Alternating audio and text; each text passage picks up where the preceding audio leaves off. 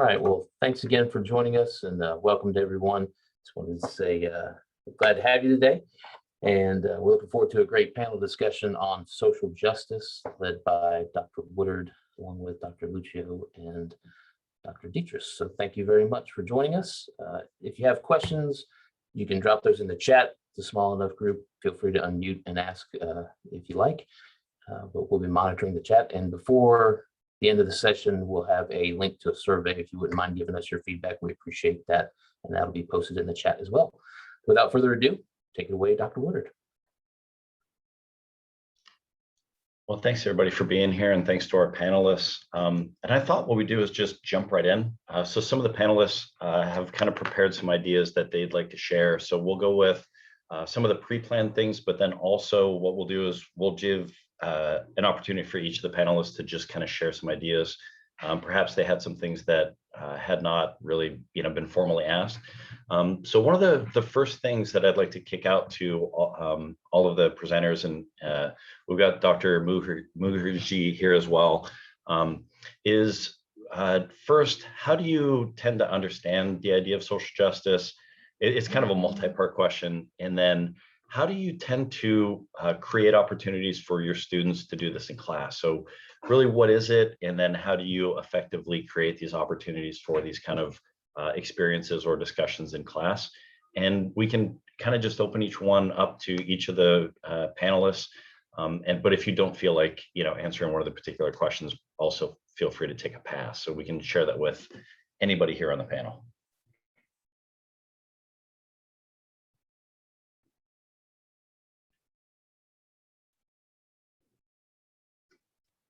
Well, I guess I'll start since no one else is starting it. And okay, and I also share some of this using photo voice is one way we do this. But I think to the first question of what it is, I think that's a complex question. I mean, I know a lot of it is from perspective.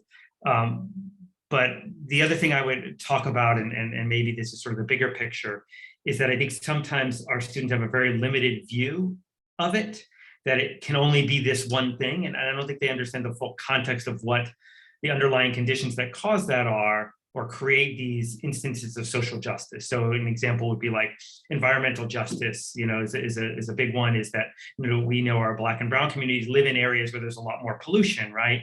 And so they're exposed to these, pollutants their whole lives, which now impact, if you look at, the things like life course theory, right, impact their whole lives. And unless we address those underlying issues, so I think there are, it will never be resolved, right? I mean, so I think our students tend to have a very narrow view. So we try to, at least I try to expand that view of what is a social injustice, as well as a social justice, and really getting to think about that, because I think they sometimes think, like I said, very narrowly, and I'll talk a little bit more about that as we get into more opportunities to chat. Great. Thanks, Rob.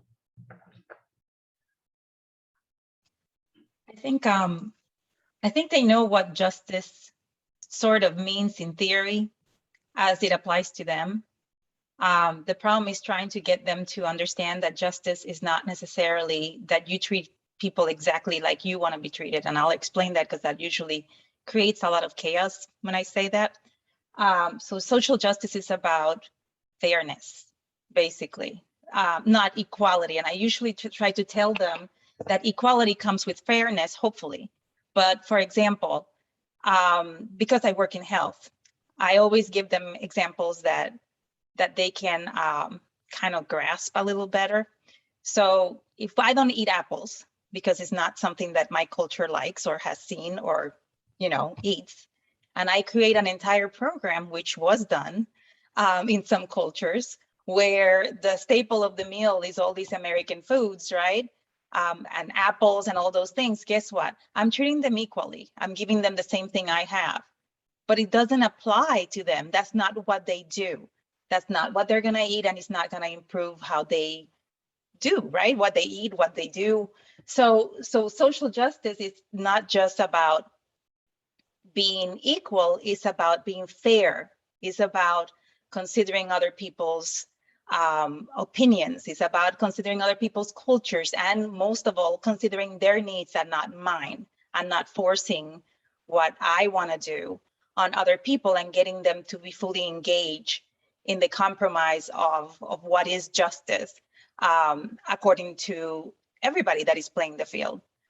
So that's how I try to explain it to them, because a lot of times we just are like, oh, well, I will, especially because we're a Christian group, right?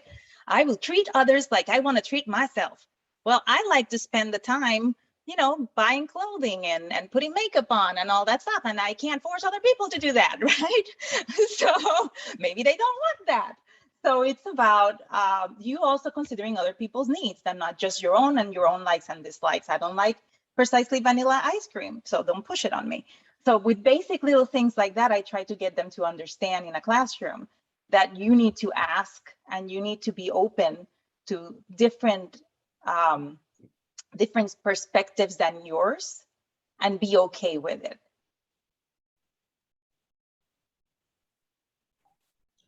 Thank you so much. Okay, do you mind if we go to you and hear some of your ideas in terms of what this means and how it might be brought into the classroom? Was that me? Did you ask me? Oh, cool. All right. I go about it from a teaching and learning angle, and because I teach, I have taught for multiple decades English as a second language. Then culture becomes a very important part of that teaching, and so in not only in the classroom but in preparing teachers to teach English language learners from many different cultures. I've always been impressed or borrowed ideas from Paulo Freire and the critical pedagogy concept that he has, that in order for outliers or people who are in the quote unquote oppressed, not, and that's a loaded word, but outliers have feelings of being oppressed or are in situations that are oppressive, uh, that they must rise. It is not looking into the goldfish bowl where we get to make decisions about others, but it is to lead them to make the decisions about what would affect their lives most. So if they get to decide that they don't want to eat apples, then they get to choose that they don't eat apples. We don't get to say that one apple a day keeps a doctor away. So from a health perspective, everybody needs apples. In many cultures, seasonal fruits like guava is just as good as an apple. So the concept of critical pedagogy for me is very important, which is why, and it's part of that self-liberation in terms of I get to decide my future in terms of what I want done with my situation. Awesome. Thank you so much to all three. Now, if you don't mind, the next thing that a few of the panelists shared they'd like to do is go from kind of the abstract to the very concrete. So are there any specific examples of a class, an assignment, a discussion, something where you really dug in, and an example that you might be able to share with us in terms of how you're able to connect a class to some of the questions of social justice? I can start because I had struggled with this one this semester, actually. Usually I teach anthropology and public health, and sociology. So those are given for social justice issues is part of it. When you teach about race, obviously, you talk about social justice and gender issues and all of that stuff. So this time I got to teach the history of medicine, with a very fancy name for us, but is the history of medicine and its history. And I was like, well, I tried to put social justice into everything I can think of, but it's history, so it already happened. And I was like, I don't know how I can do this one. The first thing I noticed is that the book completely ignores a lot of social justice issues in the effort to try to cover it all. And it's a European history of medicine that has some American history of medicine. So it would say, for example, Dr. Sims experimented on slaves. And that was it. That was all it would say. And even from the very first day, my students who are very ethnically diverse, one of them said, were the Europeans the only ones doing medicine at the time? Like, what was the other world, the other part of the world doing? So they noticed that something was off when they only mentioned briefly that India had some kind of medicine, that the Chinese had some kind of medicine. And they didn't even mention the Aztecs or the Incas or any part of Native American, none of that stuff. All these people had a history of medicine. And basically what the book was saying is, I don't have the time to cover this. So if you want to cover this, you can do it on your own. But when he went into important things like slavery and using slavery in experimentation, he completely blew it off in the effort of covering things. So I had to go and dig out all of these medical changes that we had because of slaves and because of the contributions of Islam and many other areas that really contributed to European medical history that were not covered. And the students were fascinated because then they can connect, especially if they're not European. They can say, oh my goodness, all this knowledge was out there already. And they just kind of suck it up like a sponge and then made it into what we have now. So that's how I was able to integrate it in history, is trying to find the one or two things that are barely mentioned in a book, but really made a huge impact. And because of the way we tell history is for the winners, basically, for whatever the winners want to write, it gets buried. And we kind of have to dig it out in order to be able to have a good representation of social justice, of the things that we women have done that also get covered, for example. Great, thank you so much.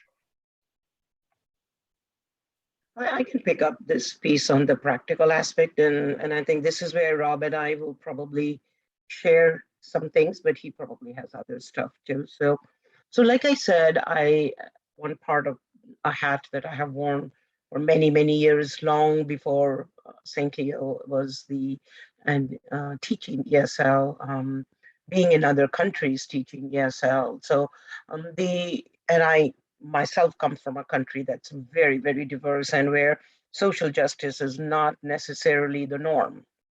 And so I grew up with that, a country that's believes in casteism and believes in so many oppressive structures that it is not new to me that oppression seems to be the norm, actually. Not social justice doesn't seem to be the norm. So of course, in that area of any level of ESL or ESOL teaching, those things are much easier. But then now I wear another couple of hats. And in one hat, I get to teach in the Ed Leadership program. And we have a course on diversity and leadership. So school leaders, because of the diversity they face, and that's just not diversity of language and culture, it's diversity of race and gender and special populations of multiple kinds. There are so much more outliers. And yes, we have words like inclusion models, and it's doing what it does, but it really begins in schools with the leaders. So when, based on, I told you about that, I've always been impressed with Paulo Freire's work. So when somehow a few years ago, Photo Voice came into my lap, and one of the theoretical foundations that support, one of the pillars that support Photo Voice is Paulo Freire's critical pedagogy, because the idea is for the participants to express their thoughts, their feelings, their acceptance, their loneliness, in the issues of injustice that they are facing from them, so they get to voice it, rather than us from the outside saying, they must be thinking that, they need that, they have to do this. That's not very social justice when we are looking into the glass bowl and making decisions about that. So Photo Voice, I did, that's the basis of the diversity course in the EDD program. And throughout the 8-week term, they go through all the stages of doing a photo voice project. And of course, all of these projects end up with a discussion of social justice and transformative pedagogy and a reflective piece that they address. And those are some of the most powerful reflections that I have ever read from school to be school leaders, already school leaders, in terms of where they are, in terms of how they took this opportunity to learn about the diverse population. During remote learning, I learned about digital access. They learned about digital access and inequity issues, not just from somebody's report in an ed tech journal, but from their own work with their schools and their families, with hotspots in the middle of a parking lot, or backing up behind a McDonald's. So those were those issues. We looked at, they have every term, I get an immense, so these last 3-4 years, the coverage is huge in terms of they get to explore diversity in their school firsthand using a tool of qualitative research. It's an EDD program, so it's also a qualitative tool that they get to use, and the powerful messages that they share about their findings. I don't think that they could have gotten reading articles and books and just reflecting on those as they get by just immersing themselves with their students, with the parents, with the community of learners that surround them. So it's been a very, very powerful tool for that group. And I see it as a powerful tool across all groups, whether graduates, undergraduate, postgraduates, whatever the level is. So it's a very hands-on tool to work on social justice and transformative action issues. Okay, thank you so much. Rob, do you want to follow up? Yeah, so I think that's an important point. I think this transformative action, I think a lot of times we talk a lot, and I want to make sure that at least for our students that there's something that comes out of it. It just doesn't sit there, oh, I'm better informed about social justice if I don't do anything about it. Does it really do us any good? And so I teach a class called Advocacy and Activism in Social Work that all of our foundation students have to take. And so the goal of that course is to have them develop an advocacy campaign from start to finish, right? So in the end, they're creating infographics, they're creating videos about their issue.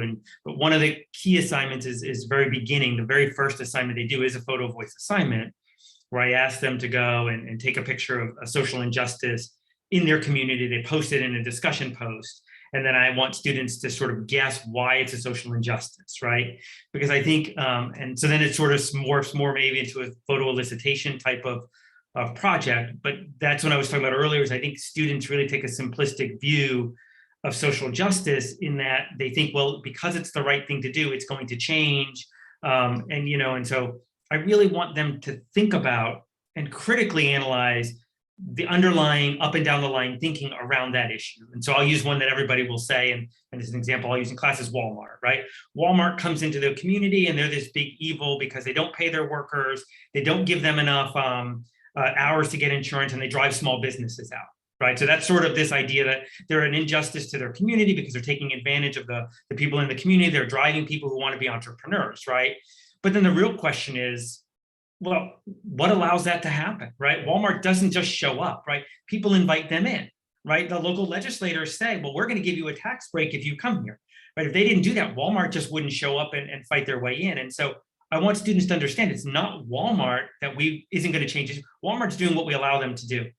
Several years ago, there was a bank, it was one of those things with the bank charge, and it was like, they charged you for a 25 cents to use your debit card or something like that. And I called the bank and said, why did you start charging this? And they said, well, because the law allows us to now, right? And it's the very same thing, right? If the law allows it, the issue is, well, Walmart may be taking advantage of it. It's an underlying law and those lawmakers who we voted in power who are saying, come here, right? And so that's what I want them to understand, that it's not this, that somebody's benefiting from that. And on the same token, we also know that when Walmart comes into a community, right, the availability of food goes way up, right? So this idea of a food desert actually disappears within a 3-mile radius of Walmarts. People have access to foods they never had access to. So there are benefits to that as well. And again, I just want them to think before they say, well, Walmart's this evil entity, that there is something else going on that sustains that. And what is the impact of that? And in fact, actually, if you look at employment, right, that Walmart probably employs more people than small businesses on top of that, right? Small businesses generally employ the owner and maybe a couple family members. If you actually look at number of employment in a community, it is also going up.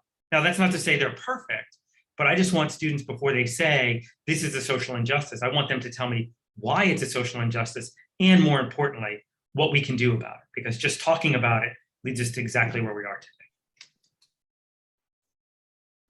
Great, thanks, Rob. One thing I thought I would throw in there too, and some of these ideas have come up already, but what I've found is the importance of narrative and telling stories can be an excellent way for some of these great ideas to come about. So we have the idea of asking critical questions. We've heard about requiring people to do some sort of action. So instead of just reading about something, to get involved, projects that allow these types of things to happen. Also the need sometimes to draw these things on your own, or draw these things out on your own. If the textbook you're using is not including these kind of things, if your lessons, don't necessarily have these, we make it fit. And I thought I would just share one example that I've had be pretty successful in class. I do this in a world religion class because people tend to really understand that this involves a lot of movement. Why is it that perhaps your neighbors are this, but not this 20 years ago, and now people are this, but not this? So they understand the connection between migration and the movement of people. But it's also an issue that raises all sorts of unfortunate, injustice issues. So stories, a lot of times in my experience, allow something that's very, out there and very theoretical to become very practical and very hands-on. And then it also allows people to really kind of do the critical thinking that all of our panelists so far have shared with. A second thing that's really been helpful is sharing stories to get people to start thinking, and thinking in the concrete. And then also a reflection on the difference and the value between justice and charity has been really, really helpful for me in my class. And what I found is a lot of people end up being familiar with charity because that's the stuff that's kind of in our face. You walk through a downtown and someone perhaps might ask you for money or be in need of food, where some of the justice questions for a lot of people, especially undergrads, seem to be a little bit distant to them at that point. So to get the conversation of, well, why is that person hungry in the first place? Why is it that they're asking you for these types of things? Why is it that perhaps a veteran or a minority person is out there? Really helps students start to connect the charity things that they might be very comfortable with and familiar with to bigger questions of justice and injustice. So I'll share one quick example that really has drawn these things out. I've been very fortunate to have speakers from the Coalition of Immokalee Workers come to campus. If you're not familiar with it, it's a farming community, primarily for tomatoes, about 2.5 hours away. And a lot of our students just are not familiar with the questions of who's behind my food, and then what are some of the struggles for the people that are really low wage earners and also undocumented migrant workers.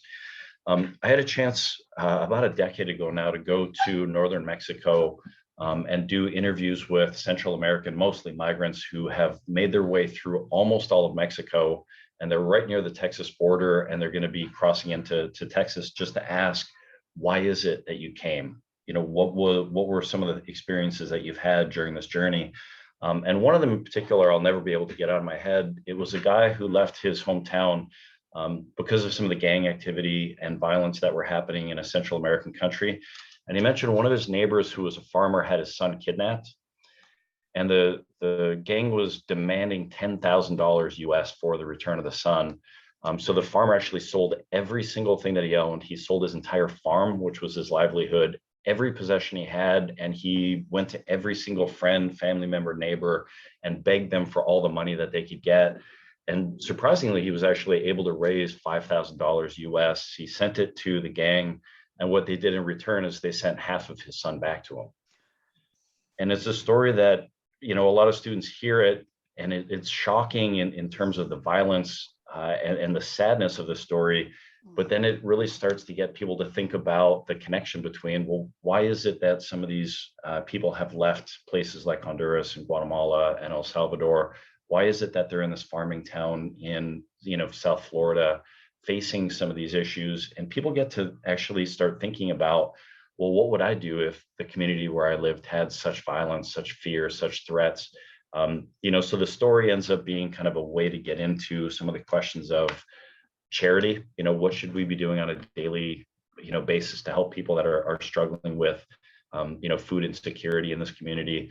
What about, these bigger questions of how we treat undocumented migrants, the working conditions, living conditions. So I just wanted to kind of punt some of the things that people have shared so far about, the purpose of opening other people's minds, considering others, really trying to not assume that the things that we want or need, are the wants and needs of other communities, connecting the work that we need to be done to our textbooks that are lacking, possibly our courses that are lacking, projects, action, asking critical questions. And before we even went to our next question, just kind of punting things back to our panelists so far to see, are there ideas that have been brought up from some of the other panelists, things that you'd like to comment a little bit on, other ideas that have popped up before we move back on? I just wanted to add that sometimes, we have to think that we're not alone, and that if we can't come up with how to integrate social justice issues into our courses, that we can ask our chairs, our colleagues, and all of that. I have a group of people already that every time they see something that might fit one of my courses, they send it to me. From my chair to just coworkers, they know I seek things out, and they make it easier for me because they also are looking for how to integrate these things into their courses. And if they see something that doesn't apply to them but apply to me, they can help me through, or they can help me strategize who's a panelist that I can bring in. When you talked about that story, it reminded me that I teach a multiracial society course in UE. And when I taught it on ground, I brought 2 women that represented 2 different areas of Islam. And one had the traditional clothing, the other one looked like all of my students. And they shared their experience of what it was like to go through an airport, what it was like to walk around and be looked at, the attitude of people, and it changed. And they could ask them questions that they would never ask before, like, why do you wear black? Do all of them wear black? Because that's how the students talk. And she was like, no, I just like black. My sisters don't, like simple things like that they wouldn't have asked otherwise if the person is not there. And I know it seems like a very small change with a question like that, but that student goes home and tells their parents and tells their friends, listen, I had this happening, I learned this. And it starts changing little by little, and they no longer fear when they are around people that don't look like them. So I think the narratives are very, very important. If they can have a person, especially that you can ask questions to, how do you manage with the money that you have when you're an immigrant and come to this country, do agricultural things, like you get paid so little, how do you manage? Because they usually make more at Starbucks than they do picking up tomatoes. So those questions they can ask when you bring people to give their narrative, and they can interact with them. And it's something called contact theory, where the more contact you have with somebody, the better you can work with social justice issues and equity and all of those things. Woody, if you don't mind me jumping in, I know I'm not on the panel, but the issue of narrative I hadn't really thought about, although I've used it, and you've caused me to reflect on how incredibly powerful that's been in my own teaching career. We teach a course for pre-service teachers called Teaching Diverse Populations, and we have them read the story Enrique's Journey, which is a sad story, and it's a story of struggle, and there is no easy. They want it to have a happy ending at the end, and it doesn't. But and they journal throughout that book. There's like 3 checkpoints where they write reflective responses and then bring it to small group and discuss. And I really saw enormous growth in my students here, sophomore students who are, by and large coming from more, I wouldn't say affluent. So many of our students are on financial aid, but definitely not living that experience. Although it did start a wonderful conversation with a student who, she is a US citizen, but her parents are not. And this was, during the early stages of former President Trump's presidency. And her parents had been working and they had to stop working because they were afraid to leave their house. And everybody on their street stayed in their homes because they were afraid if they went outside, they would get picked up. And she was so fearful for her family, and her sharing that story really had an impact on the other students in my class. I think they realized that these are real people and it does have an impact. And the conversation was just really pretty amazing. And then I'll just share one other brief story. I had an intern once many years ago who, grew up in a relatively affluent home. And she had a student in her class who came to school in the same clothes every day. And she was dirty and smelly. And the student, just her heart broke for this student. And she wanted to fix it. And the teacher, this was a final intern, and the cooperating teacher had been trying for weeks and months to get the parent to come in, to be able to offer services to the family, to not just to address the academic issues, but there's so many other issues that clearly were present. And after trying months and months, finally they got an appointment with this parent. Well, it turned out the parent was homeless. She was living in a car. She had was in an abusive relationship. The only way she could protect her daughter was to move around. And the only way she could do that was with her car. And so she didn't have extra clothes. She didn't have showering facilities, blah, blah, blah, blah, blah. But before that came out, the student who made a prejudgment and felt like she could fix this for this child said to the parent, a bar of soap doesn't cost that much. Your daughter is being made fun of and she's coming to school dirty and in the same clothes. A bar of soap doesn't cost that much. Well, that was the end of that final internship, because the teacher had finally gotten through and had this opportunity. And of course, that parent never came back because she felt so judged. And it was a horrific ending to a situation that didn't have to be.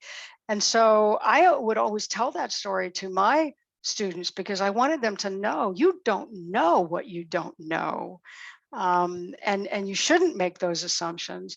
But what a sad story. Here was the student thinking she was doing the right thing, but so completely unaware of the full picture. And so I think that story helps other students see there is another side to the story, A comment I wanted to share, I mean, look at these heart-wrenching stories, all of the ones that we heard, and our fields that we are working in naturally brings a lot of this population or a lot of these issues to, for us to be able to become aware and become, help others become aware. From this question that we started discussing, what are some practical things are we doing? Social injustice is not just present around our homes or around our schools. It's present inside businesses. It's present inside medical practices. It's present inside IT industry. It is present everywhere that humans are. And my question or my thoughts extend into, yes, Maridelis covers it, I cover it, Rob covers it, and I'm sure many others in our fields cover it, and I know they do. But those areas, so if I were to go in Walmart and find social justice, if I were to work in, I don't know, IBM and find social injustice, if I were to work in Advent Health and find social justice, there it is there. Can't say that it's not there. what are those stories? Are we collecting those stories? Does it span the curriculums of those preparation courses for people graduating and going into those industries to become aware of those situations? The narrative is not just for the education and the social sciences kind of an area in general. I like to think that the curriculum expands to very, very critical areas, because that's where, people cringe. I'm not going to say anything. I'm going to come back home. I just got, the innumerable things I have heard and I have been told, I don't respond, and I just move on and just say, just let it be. But so that's my when we think practical, I hope that other people in other areas will also think about this and build it into their curriculum. There are many, many ways of doing this. And Kaya mentioned, the businesses, and I remember the story about Starbucks, right? When they just like closed all the Starbucks and provided cultural competency training. Remember that one? So that the solution is all the time is like, okay, so this happened in a business, we're just gonna close down and have culturally competent training. And then you kind of go like, okay, so this is cultural competency training number 555, and we're still in the same place. So maybe we need to change how we go about educating people in business schools, and starting to put some consequences to things so that they actually have to follow. Because for example, with courses like Kaya's and mine and all of those, you choose to be in that course. A lot of times you choose to be in that UE course that has that, and it creates a bias to begin with. But what happens to the people that don't choose that and will be working at Walmart and will be working at all these other places, and all the only contact they're going to have is the faulty cultural competency training that they get in there just to get it out of the way and check a box, right? And I'm sure many of us worked in places that do that here's a cultural competency training, you listen, blah, blah, blah, blah, be just to everybody, be happy, and treat everybody the same, and there you go. And we go home, and that's it. There's no follow-up other than the next year you have the same thing, right? So if we start a little earlier, and I know medical schools are starting to kind of think about those things because it brings money also to have clients, but it's also time for businesses to start educating people early on the proper way for social justice issues to be discussed in a business class, in all of their business classes.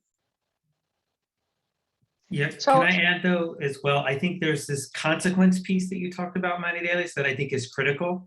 I mean, if we look at the history of sort of this narrative, so I mean, because I think narrative is important, but my fear is narrative doesn't change anything, right? We'll look at, there was the Me Too movement, right? And then suddenly there was Parkland, and nobody cared about the Me Too movement. We needed gun control. And then there were kids in cages over the summer, and nobody cared about the gun control anymore. Like there were all those protests and walkouts of kids in cages. And then suddenly we had Las Vegas again. There was a shooting, we need gun control again, right? And then there was this Black Lives Matter movement, and then we had January 6th. And yet not one legal issue has changed or a consequence around any of those issues substantially in the United States. Yet the narrative was there. We've heard the stories. So I think there's a step we have to take. I think after January 6th, all these businesses pledged they would not give to those people who supported all the legislators who voted against certifying the election.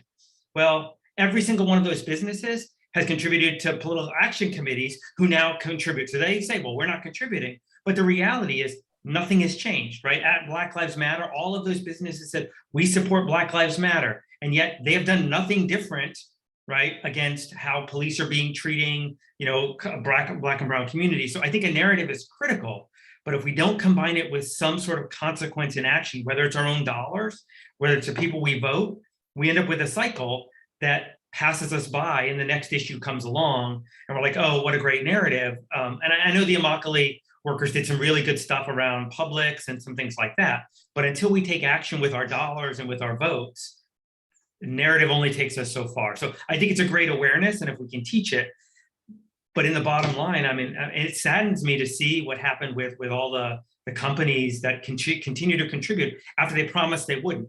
Like, we're not going to recognize this and we're going to continue to buy there. right? And I think that's the reality, is sometimes we just sort of forget it because it's inconvenient for us to not shop there or those kinds. And that's what concerns me the most. And that's what I try to impress upon the students is, yes, awareness is great, but do something about it or it doesn't change. Great, thanks, Rob. And you know what, that actually serves as a perfect segue. The next question dealt with some of the struggles that might get in the way. So it's kind of an open, broad question, you know, and it can include a variety of things. So what are some of the things that might be speed bumps in the way of providing these opportunities for students? You know, and some of those could include, you know, our own embodied nature. You know, is it more difficult as a man or a woman? Is it more difficult as a visible minority or not? So are there things, you know, in terms of student resistance? So what are some of the things that might perhaps make it difficult or get in the way? And then have people had any success overcoming some of these challenges in order to really kind of provide opportunities like this for students or colleagues? I'm going to try to be real fast because there's somebody cutting the grass and like I got a break right now. So hopefully this works. One of the issues I'm encountering is fatigue from our ethnic minorities, and that includes the professor, me.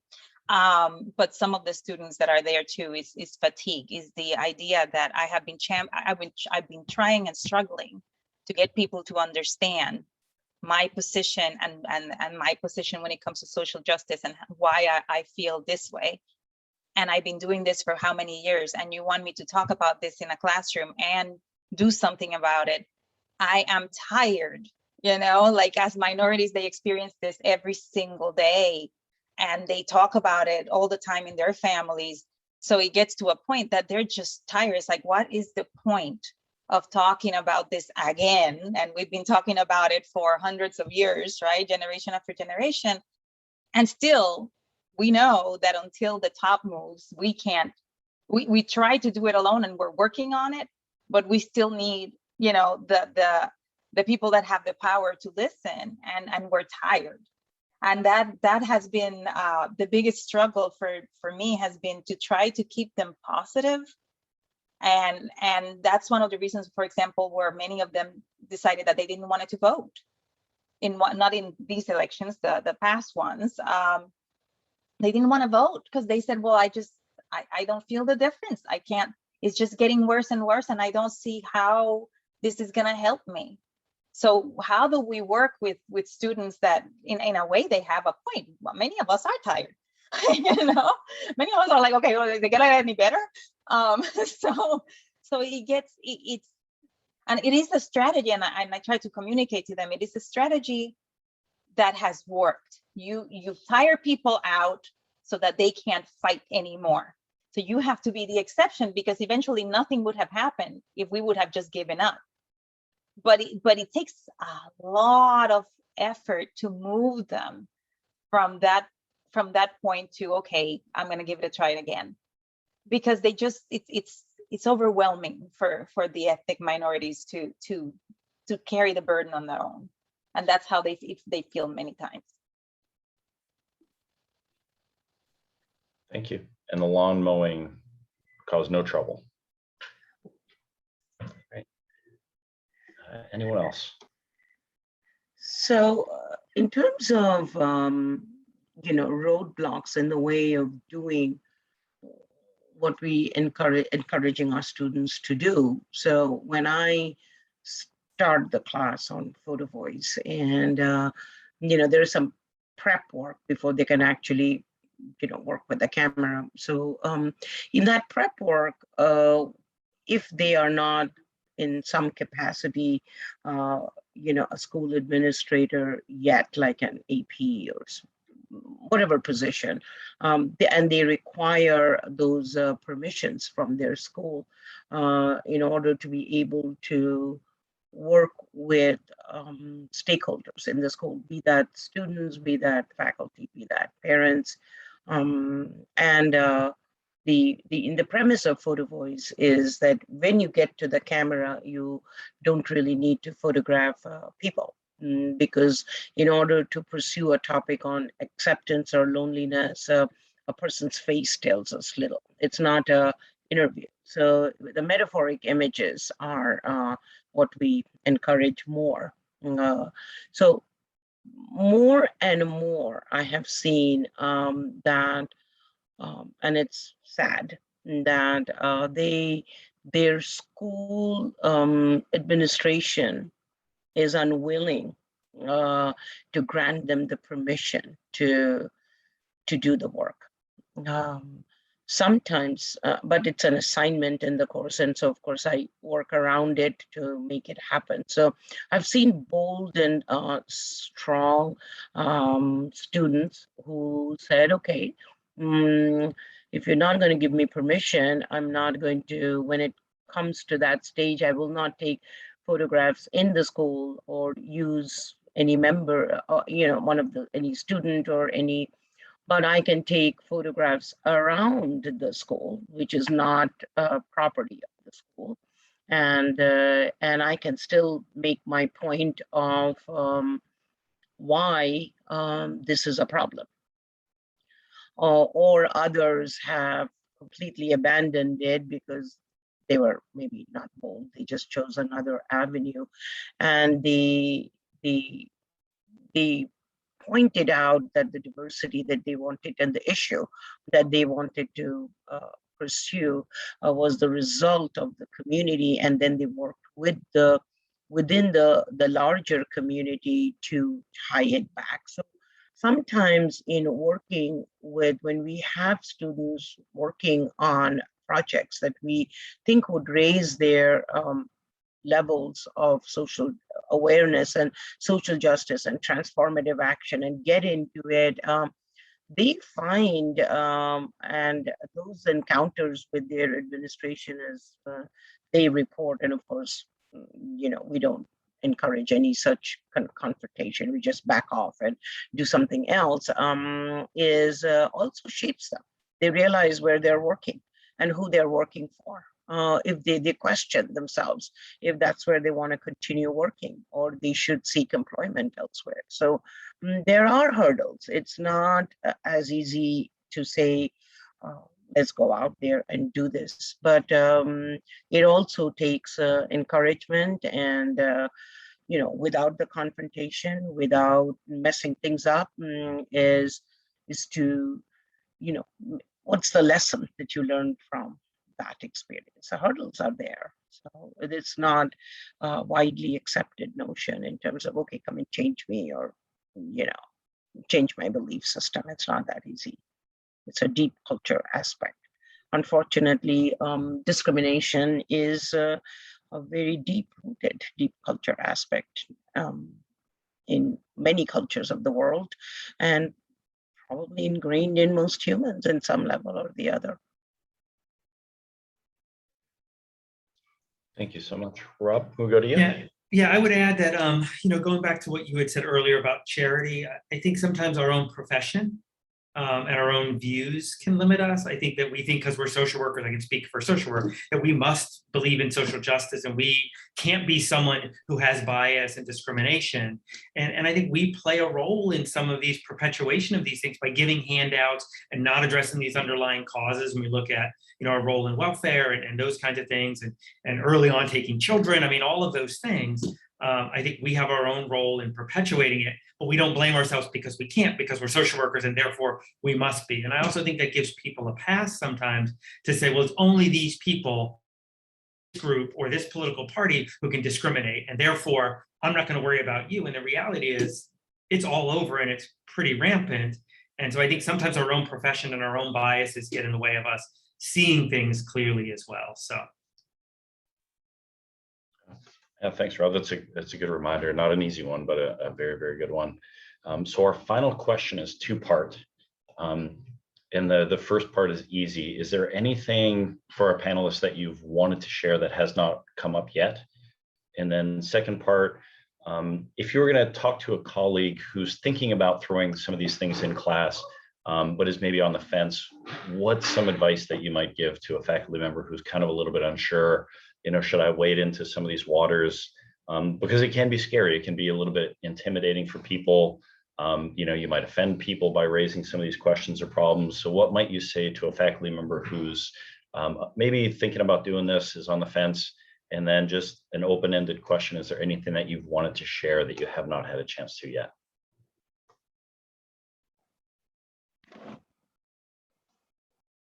Yeah, I think these are, go ahead, Kay, sorry. No. Oh, go ahead, finish up, Rob. I was just gonna say, this is a tough time, I mean, I think politically there's a lot of at stake. I mean, we look at just happened with UF, right? That they basically banned talking about voting rights, these professors from talking about it outside. I mean, again, we're in a little different situation because we're in a private university, but the political climate survey that's going to be in all end of course evaluations for public universities to basically say, did your professor talk about things and try to bias you toward essentially critical race theory type things, right? I mean, all of those things are a scary time, but I also would say be systematic. Things just don't happen because you happen to stumble upon them. And I think you really have to be prepared and understand that if you're going to do something, you have to prepare for it in advance and be systematic and intentional about the conversations you have. And I think sometimes it's easy to ignore things, but by ignoring even one time, we're essentially saying that that's okay and that's an attitude that's okay. So I think that would be my advice would be, and the thing I'd want to share is to be intentional about the efforts we make. And diligent about doing them. And sometimes, and I'll acknowledge I'm a white male, I have a certain privilege that I can use in a different way, and I have an obligation to use that other people don't, right? I can say things, if I was walking down the street to a cop, that other people would get arrested for, and I should use that voice because I have that ability. So I think recognizing where we have some privilege and advantage, and also that is important. Thanks, Rob. So I was saying that if I were to tell a colleague, and this has happened, is I would see in even here right now in my department, and it's happened before, is to start small. Advocacy doesn't have to be the final project or a main thing in our courses. And in teaching, it's built into many things we say and do with our teachers, or whether they're pre-service or teachers who have come back for their masters. But even with a methodology like photo voice, when I embraced it as to replace papers and all those kinds of assignments that were so passive. I was so excited, and every term I love teaching that course. It's one course that I don't want to ever give away. So I share that excitement. Or at last I used to when we were all face to face, and and I've had people in the department who have said, "Oh, that sounds interesting." Now they did not necessarily embrace the whole photo voice methodology as a qualitative research, et cetera, et cetera. But many of them started with their self-introduction in their first discussion post of the course, with sharing what it is and what to do, and discussing it, and so started a course on a positive spin.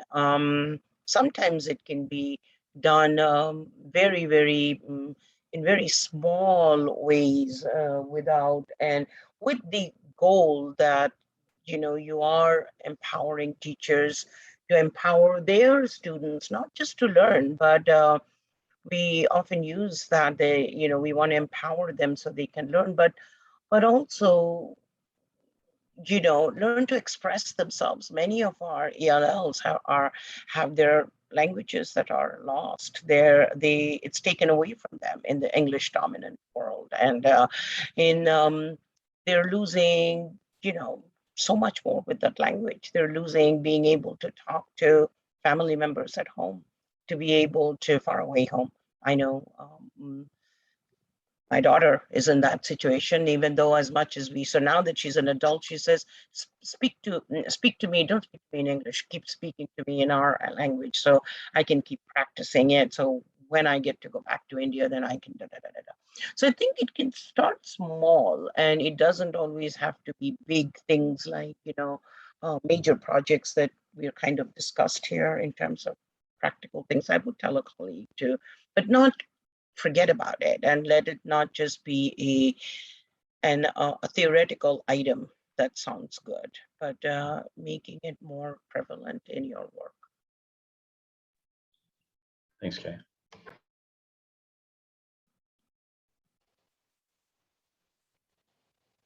I would say that who you are and how you present yourself makes a big difference on whether students are open to talk to you about these things or not. Your face, your gestures, how do you react when they say something? Students are part of that society, and they come with ideas that come from society, and they're going to come with those ideas to your classroom. So be prepared to respectfully redirect, and be aware of your face and of your body language so that it's relaxed and calm as you continue the conversation on social justice. Because if you snap, because it's really crazy, and trust me, I've heard all crazies, because the way I look, it's it's kind of like the neutral stage, not white enough and not black enough. So both sides can say all kinds of interesting things, and we have to be able to understand that they are trusting you with this information, and you are the referee. Basically, you're going to be the one that is going to hold that conversation steady without disrespecting either one, and learning to have those conversations in a respectful manner so that the white student can talk to the black student and the black student to the white student in a non-threatening way, and understand where they're coming from, and then take them to the social justice piece. So that was and I like the Kaya said, take it in small stages, because for me that wasn't the case, because as an anthropologist you're thrown into, here's multicultural class and off you go, and then they were freshmen and it was like, and they're talking about Confederate flags and stuff like that.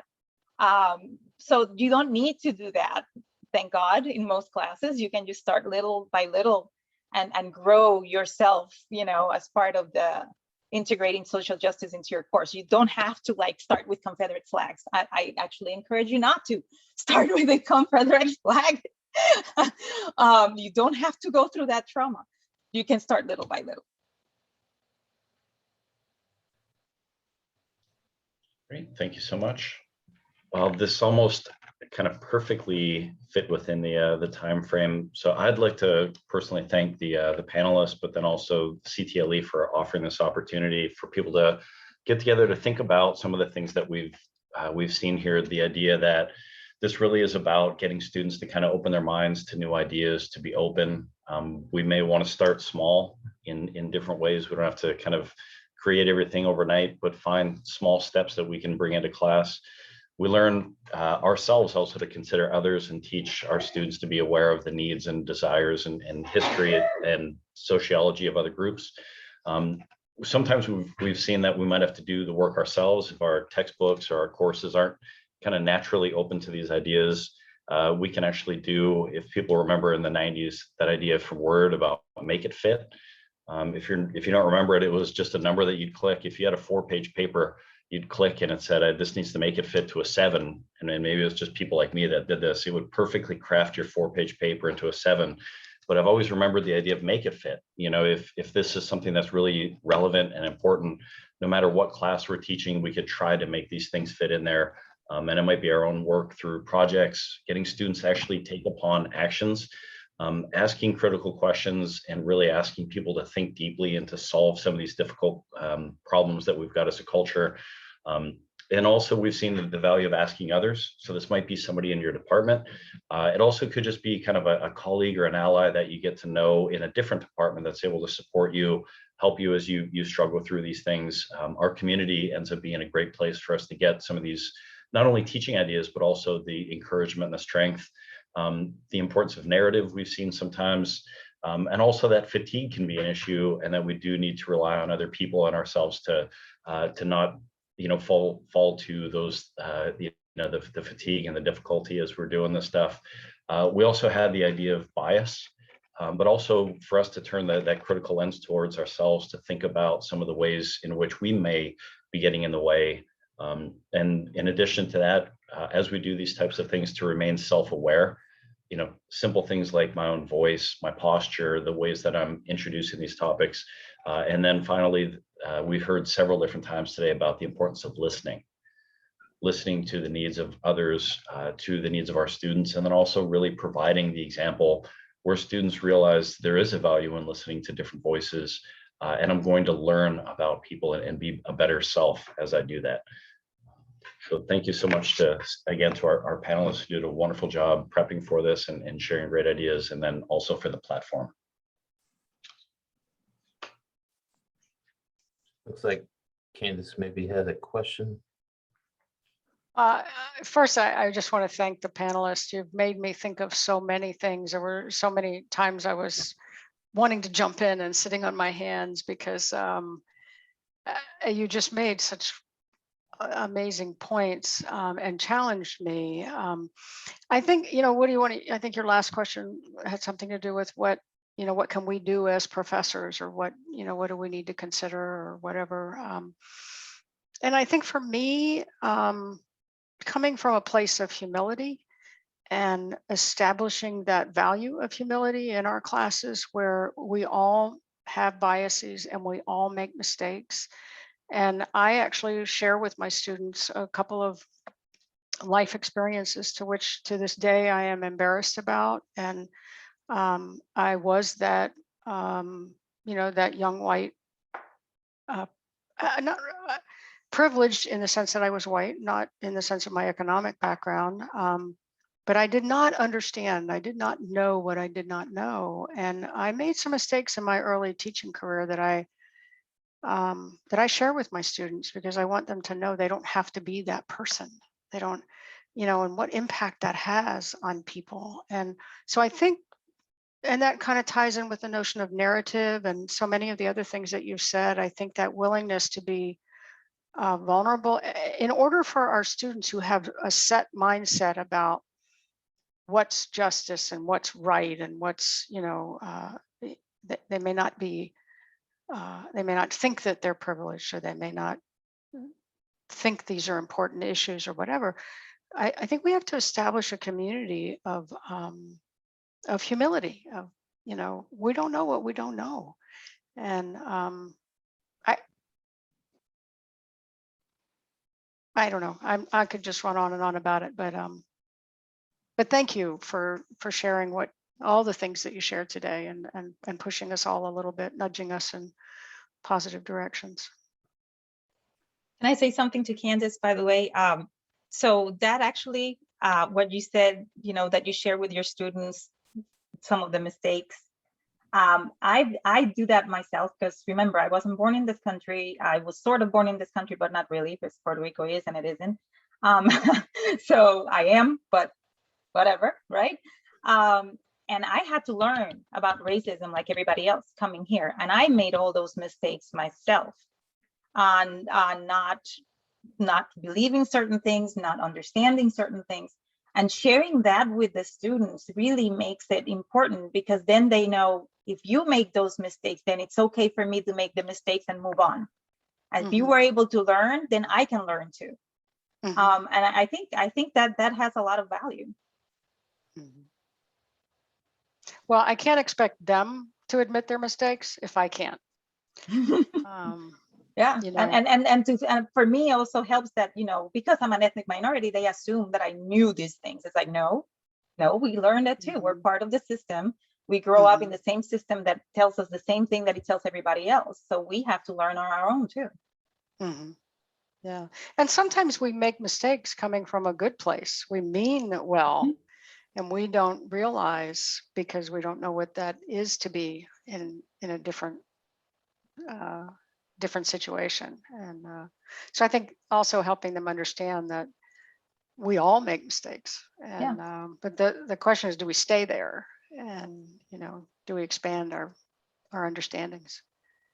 I think I always tell them also, like, always assume that the person doesn't do it from a bad place. They might say stupid things, they might say horrible things. I do too sometimes, but they don't. Most people would not say, I try to hurt you intentionally, and that was my entire intent, was to be racist and nasty and treat women like hell.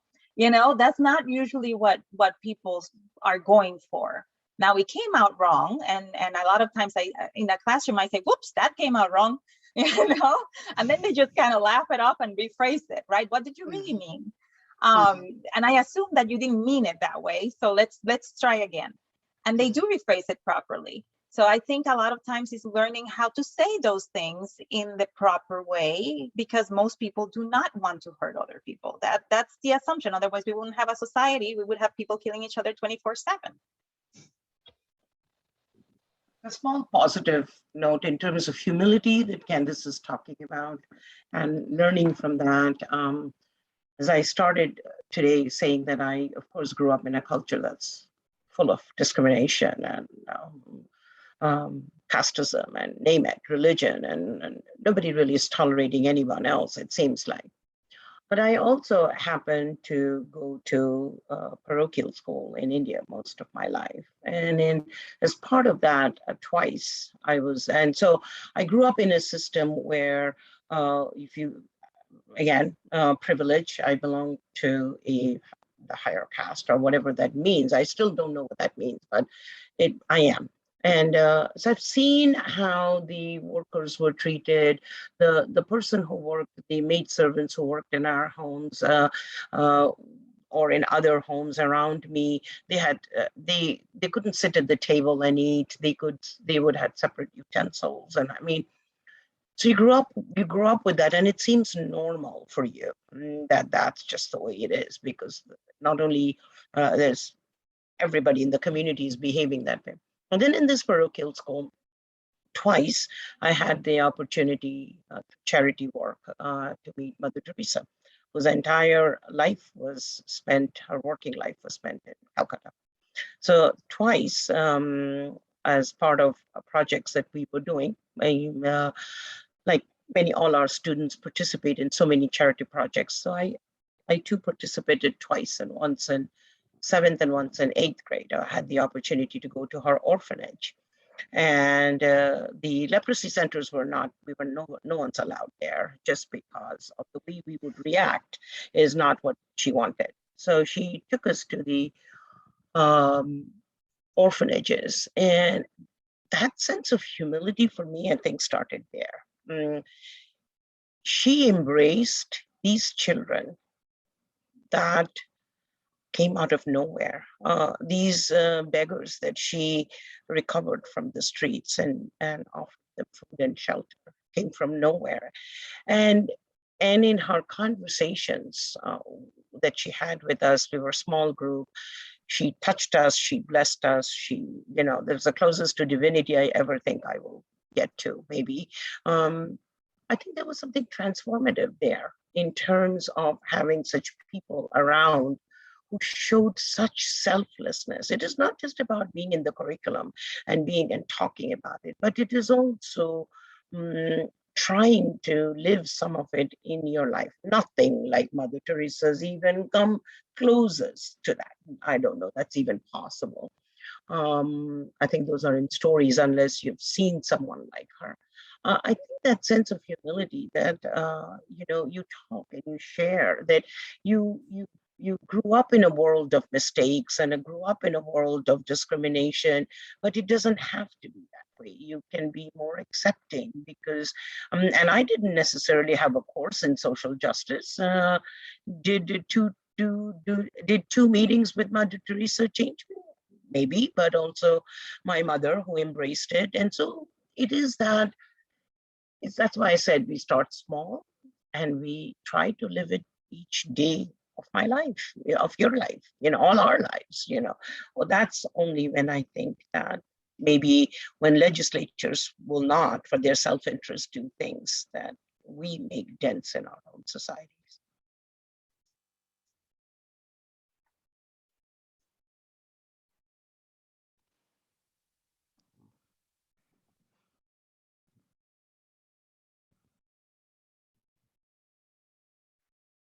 Anybody going to try to top a Mother Teresa story before we close?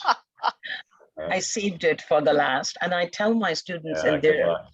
their jaws drop. You met Mother Teresa, I said, twice.